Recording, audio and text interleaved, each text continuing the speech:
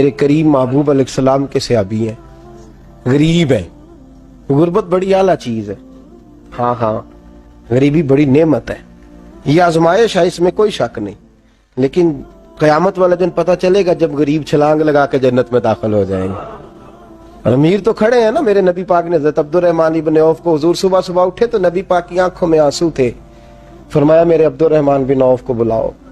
حضرت عبد الرحمن بن عوف آئے تو حضور نے سینے سے لگا لیا، نبی پاک کھول کے روئے، یا رسول اللہ حضور کیا ہوا؟ فرمایا عبد الرحمن رات میں نے خواب دیکھی ہے، سارے جنت میں چلے گئے، تو پیچھے رہ گیا، تو پیچھے رہ گیا، میں کھڑا تیرا انتظار کرتا رہا، میں تیرے بغیر جا نہیں سکتا تھا، پھر تو آیا ہے تو تیرا سارا وجود پسینے سے بھیگا ہوا تھا۔ حضرت عبد الرحمن ابن عوف تڑپ کے روئے، قدموں پہ سر رہا، حضور میری غلطی۔ فرمایا یار تیرے پاس مال بڑا ہے، تجھے حساب دیتے دیتے لیٹ ہو گئی، تیرے بیگ کھل گئے، تجھے حساب دینا پڑ گیا، تو لیٹ ہو گیا، میں پریشان ہو گیا۔ حضرت عبد الرحمن ابن عوف نے 100 گھوڑا مال اوپر رکھ کے حضرت عبد الرحمن نے حضور کی بارگاہ میں پیش کیا، کہا یا رسول اللہ یہ۔ اور پتہ ایک دن کیا ہوا؟ ایک دن سرکار کے وصال ظاہری کے بعد حضرت عبد الرحمن ابن عوف نبی پاک کے گھر کے دروازے کے باہر آ کے بیٹھ گئے اور یوں سر کو پکڑا ہوا ہے، رو رہے ہیں۔ حضرت ام سلمہ حضور کی زوجہ باہر آئیں، کہا بیٹا عبد الرحمن کیا ہوا؟ جب پوچھا کیا ہوا تو اور کھول کے روئے، کہا کیوں روتا ہے؟ کہا اماں جی جب تک میرے محبوب حیات ظاہری میں تھے مجھے بتاتے تھے یہ مال نہ کما، یہ کم، میں حضور سے بات کرتا تھا تو حضور روک دیتے تھے، اب مجھے ظاہراً بتانے والا کوئی نہیں، مال کے ڈھیر لگ گئے ہیں، آج حساب کرنے بیٹھا ہوں تو حساب نہیں ہو رہا، سوچتا ہوں اگر میں پھنس گیا تو مجھے کون اس سے بچائے گا؟ آپ محبوب کی زوجہ ہیں، میری ماں ہے، میں آپ کے پاس آیا ہوں، اماں جی مجھے بتائیں میں کیا کروں؟ تو حضرت ام سلمہ بھی رو پڑی، کہنے لگے محبوب تھے، میں کہاں ان کی ترجمانی کر سکتی ہوں، میں نبی پاک کی ترجمانی کیسے کروں؟ کہا اماں جی خدا واسطے مجھے کوئی حکم دے دیں، مجھے لگتا ہے عبد الرحمن برباد ہو جائے گا، ہلاک ہو جائے گا، خدا را مجھے کچھ بتا دیں، اتنا سارا مال ہے میں کہاں اس کا حساب دوں گا، مہربانی فرمائیں، یہ تجارتیں میرے گلے پڑ رہی ہیں۔ حضرت ام سلمہ کی جب منت کی تو فرمانے لگی جا بیٹے آدھا خیرات کر دے۔ کتنا؟ 2.5% نہیں، کتنے فیصد ہے؟ 50%، 50%۔ حضرت عبد الرحمن ابن عوف گئے اور 50% خیرات کر کے کہنے لگے اماں میں نے 50% دے دیے، میں بچ جاؤں گا نا، میں بچ جاؤں گا، میں دے آیا ہوں آدھا۔ تو حضرت ام سلمہ فرمانے لگی میں نبی پاک کی بارگاہ میں سفارش کروں گی تیری، اور نبی پاک اللہ کی بارگاہ میں سفارش کرے صلی اللہ علیہ وسلم۔ حضرت سالبہ بن عبد الرحمن حضور دعا کر دیں، غریبی ہے، میرے نبی پاک نے فرمایا تجھی اس حال میں ہے بہتر ہے، کرتے ہیں حضور نہیں دعا کر دیں، فرمایا تجھی اس حال میں ہے، تیسری دفعہ پھر آ گئے، حضور نے دعا کر دی، 4 بکریاں تھیں، چند مہینے گزرے، کچھ تجارت شروع کی، چھوٹے موٹا لین دین شروع کیا تو 40 ہو گئیں، کچھ وقت اور گزرا تو ریوڑ بن گیا، پھر گائیں بھی آ گئیں، پھر اونٹ بھی آ گئے، پھر لائنیں لگ گئی، پھر ہر وقت حضور کے قریب بیٹھنے کو دل کرتا تھا، اب لین دین کے معاملات تھے، اب ذرا طبیعت تھوڑی پیچھے ہٹنے لگی، تھوڑا دل پیچھے ہٹنے لگا، پہلے 5 نمازیں مسجد میں، پھر زور اثر کی چھٹی، میری طرف دیکھو اور دیکھو میں کیا عرض کر رہا ہوں، پھر زور اثر گئی، پھر کچھ وقت گزرا تو مغرب بھی گئی، پھر اتنی بڑی حویلی کوئی نہیں، پھر باہر جا کے مدینے سے ڈیرا لگا لیا، جمعے کے جمعے آتے، زکوٰۃ کا حکم آ گیا 2 ہجری میں، حضرت ابو ہریرہ رضی اللہ تعالیٰ عنہ امیر زکوٰۃ مقرر ہوئے، 5 اونٹوں پر 1 بکری، یہ زکوٰۃ ٹھہری۔ اب جب گئے نا اونٹ گنے اور بکریاں گننے لگے، اوہو 1 کروڑ پہ 2.5 لاکھ، کس نے دیا تھا؟ دعا کس نے فرمائی؟ اوہو اتنا، میرے پیسے بینک سے میسج آ جائے گا اتنے کم ہو گئے، اوہو بڑی مصیبت بنے گی، مجھے تو خوشی ہوتی ہے جب آتے ہیں تو اب یہ والا میسج بھی چلے گا کہ اتنے مائنس ہو گئے، توبہ توبہ، پریشانی لگ گئی، بڑی طبیعت، انکار نہیں کیا، کہنے لگے حضور سے جا کے عرض کرنا میں خود آؤں گا، اور جہاں محبوبیت ہو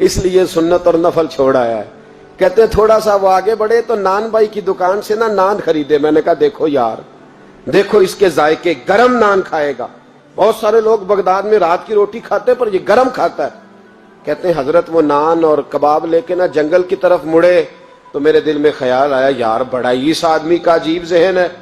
یہ اب سبزے پہ بیٹھ کے یہاں موج کرے گا، کھائے پیے گا، اور سنت نفل چھوڑ دی. اللہ ہزاروں مرید ہیں.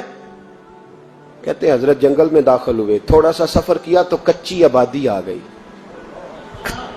کچی آبادی، ایک کچے مکان کی ٹوٹا ہوا دروازہ، باہر سے کنڈی لگی. بغداد کے ننگے پاؤں چلنے والے ہزاروں مریدوں کے اس پیر نے کنڈی کھولی، اندر گئے. ایک فالج زدہ بابا جی بیٹھے. کہتے حضرت بشر عافی نے اپنی پگڑی کھولی اور اس آدمی کے منہ سے پانی نکل رہا تھا، رال ٹپک رہی تھی.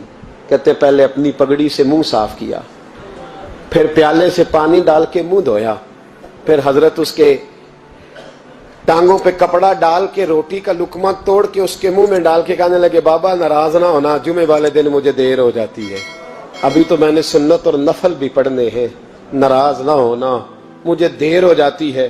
کہتے ہیں وہ بابا رو پڑا اور کہنے لگا، بشر یار 14 سال ہو گئے تو روز آتا ہے. 14 سال، یہ 1 صدی کا قصہ ہے، 2-4 برس کی بات نہیں. 14 سال سے تو روز آتا ہے. میں پتہ نہیں کب تک لاش بنے پڑا رہوں گا، تو کب تک آئے گا؟ حضرت بشر عافی نے بابے کے آنسو پوچھ کے کہا، بابا فکر نہ کر، آج کے بعد یہ جملہ نہ کہنا کہ تو میرے لیے بوجھ ہے. فرمایا لوگ سمجھتے ہیں کہ میں نے عبادت کر کے مقام پایا ہے، لوگ سمجھتے ہیں میں نوافل زیادہ پڑھتا ہوں، دنیا جانتی ہے کہ میری رات کی تسبیح زیادہ مضبوط ہے، پر میں ان میں سے کوئی بات بھی نہیں. میں تو تیری نوکری کرتا ہوں تو اللہ نے میری عزتوں میں اضافہ فرما دیا ہے. سوچ ہی صاف نہیں، نظریہ ہی ٹھیک نہیں، فکر ہی ٹھیک نہیں. اسلام نظریے کا مذہب ہے، سوچ کا. مسند امام احمد بن حنبل کی حدیث سنی، حضرت انس بن مالک فرماتے ہیں جب انسان نے روزہ رکھا ہوتا ہے نا تو روح ویسے ہی پاک ہوتی ہے اس کی. میں نے یہ سوچا کہ کچھ باتیں ایسی کی جائیں جس سے تھوڑی سی سوچیں بھی تبدیل ہو، کچھ سوچوں کا وضو، سوچوں کا غسل، افکار و نظریات کی بھی بات ہو. ہم سمجھتے ہیں کہ شاید کثرت عبادت اصل ہے. اقبال کہتے ہیں یہ ذکر نیم شبی، یہ مراقبے، یہ سرور، تیری خودی کے اگر نگہباں نہیں تو پھر کچھ بھی نہیں. تیری خودی کے اگر، اور پھر عام چیز نہیں کہا یہ ذکر نیم شبی، سویرے شہری کا ذکر، یہ مراقبہ، یہ جو تو گھنٹوں اللہ کی یاد میں بیٹھا رہتا، یہ سرور. کہتے بے کیف عبادت نہیں، سرور والی. یہ ذکر نیم شبی، یہ مراقبے، یہ سرور، تیری خودی کے اگر نگہباں نہیں، اگر تیرے نظریے کو نہیں بدل سکے، تیری سوچ نہیں بدل سکے، تیرا ایمان مضبوط نہیں کر سکے، تیری خودی کے اگر نگہباں نہیں تو پھر کچھ بھی نہیں. اور خرد نے کہہ بھی دیا لا الہ الا اللہ تو کیا حاصل؟ دل و نگاہ، دل و نگاہ، دل و نگاہ اگر مسلمان نہیں تو پھر کچھ بھی نہیں. دل و نگاہ. اقبال کہتے ہیں ایک دل کا کلمہ پڑھ، دوسرا نظر کا کلمہ پڑھ، ان پہ پابندی لگا. دل و نگاہ اگر مسلمان نہیں تو پھر تو کچھ بھی نہیں، کچھ بھی نہیں. حضرت انس بن مالک کہتے ہیں میں حضور کے پاس بیٹھا تھا، حضرت عبداللہ ابن عمر بھی بیٹھے تھے، کوئی بات ہو رہی تھی، ایک حجرے میں بیٹھے تھے، دروازے پہ دستک ہوئی. مسند امام احمد میں حدیث ہے، نبی پاک علیہ السلام نے فرمایا انس دروازہ کھولو، دروازے پہ وہ بندہ ہے جس کو اللہ بغیر حساب کتاب جنت عطا فرمائے گا، وہ بندہ ہے دروازے پہ. حضرت انس بن مالک کہتے ہیں میں نے دروازہ کھولا تو بندہ دیکھا، غریب سا ایک انصاری صحابی، اور بندہ بڑا سادہ، وضو تازہ کر کے آیا ہے تو پانی کے قطرے داڑھی سے بہہ رہے ہیں، اور چمڑے کے جوتے اس نے لپیٹ کے تو بغل میں چھپائے ہوئے، آ کے عطایات کی حالت میں بیٹھا، حضور سے 2-4 باتیں کی، چلا گیا. ہم اس کا رنگ دیکھتے رہے اور مصطفیٰ کا کرم دیکھتے رہے. اس کو حضور نے جنتی کہا ہے. کہتے ہیں اگلے دن اسی ٹائم اسی وقت ہم حضور کے پاس بیٹھے تھے، پھر دروازے پہ دستک ہوئی. حضور نے فرمایا دروازہ کھولو، دروازے پہ وہ بندہ ہے جسے اللہ بغیر حساب کتاب جنت عطا فرمائے گا، بغیر حساب. کہتے ہیں دروازہ کھولا اور جیسے ہی میری نظر پڑی، بندہ بھی وہی ہے جو کل آیا تھا، اور انداز بھی وہی ہے جو کل تھا، اسی طرح پانی کے قطرے، اسی طرح جوتے بغل میں، السلام علیکم، کل حضور فلاں بات کی تفصیل پوچھنی مجھ سے رہ گئی تھی، غلطی ہوگی، دوبارہ آیا ہو۔ اس نے اپنی گفتگو کی، چند جملوں میں بات سمیٹی، چلا گیا۔ فرماتے ہیں اتفاق کی بات کہ دن تیسرا، بندے بھی ہم دونوں، میں اور عبداللہ ابن عمر، حضرت انس بن مالک کہتے ہیں دونوں بیٹھے تھے، سیم ٹائم سیم ڈے۔ پھر دستک ہوئی، حضور نے فرمایا دروازہ کھولو، اور مسکرا کے فرمایا دروازے پہ وہ بندہ ہے جسے اللہ بغیر حساب کتاب جنت عطا فرمائے گا۔ کہتے ہیں کھل اٹھے ہمارے چہرے، باہر گئے، دستک ہوئی تھی، دروازہ کھولا۔ فرماتے ہیں مجھے یقین تھا وہی ہوگا جو 2 دن پہلے آیا تھا، اور میرے یقین کے مطابق ہی کام ہوا، وہی بندہ تھا جو کل بھی تھا، جو پرسوں بھی تھا، حالت اور کیفیت اور انداز بھی وہی تھا۔ پانی کے قطرے بہ رہے ہیں، اور اس شخص نے جوتے بغل میں دبائے ہوئے خدمت میں حاضر ہوا، بیٹھ گیا، بات چیت کی، چلا گیا۔ حضرت انس بن مالک کہتے ہیں تھوڑی دیر ہوئی تو حضور بھی تشریف لے گئے۔ حضرت عبداللہ ابن عمر مجھے کہنے لگے یار ویسے کتنے اس کے نصیب ہیں، کتنے نصیب ہیں، کوئی آیا لے کے چلا گیا، کوئی آیا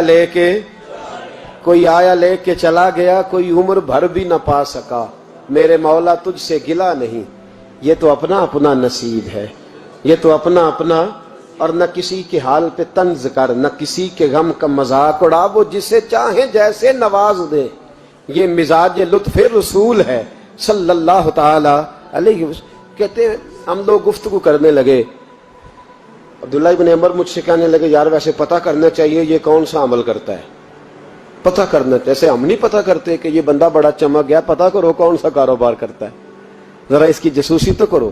اور بندے بھی بڑے سمجھدار ہیں، وہ سائیڈ بزنس نہیں بتاتے، وہ کہتے ہیں وہ جو میرا علیحدہ ہے وہ نہیں بتانا، کہیں یہ نہ شروع کر لے۔ حالانکہ انسان کے پاس جو خوبی، جو اللہ نے اسے دولت دینی ہوتی ہے، وہ اپنا اپنا نصیب ہوتا ہے، وہ گھر میں بیٹھے بھی اللہ عطا کر دیتا۔ وہ کہتے ہیں کہ پتہ کرو کیا عمل کرتا ہے، تو حضرت عبداللہ ابن عمر کہتے ہیں میں اس کے پیچھے ہو گیا، اس سے سلام لی، تو میں نے کہا مجھے 2-3 دن کے لیے مہمان بنا لو گے، مان نہ مان میں تیرا مہمان، 2-3 دن کے لیے مہمان بنا لو گے؟ تو کہتے ہیں مجھ سے کہنے لگا کوئی گھر میں جھگڑا ہو گیا، کیونکہ پڑوس میں تو تمہارا، قریب ہی تو تمہارا گھر ہے، میرے مہمان بننے کو جھگڑا ہے؟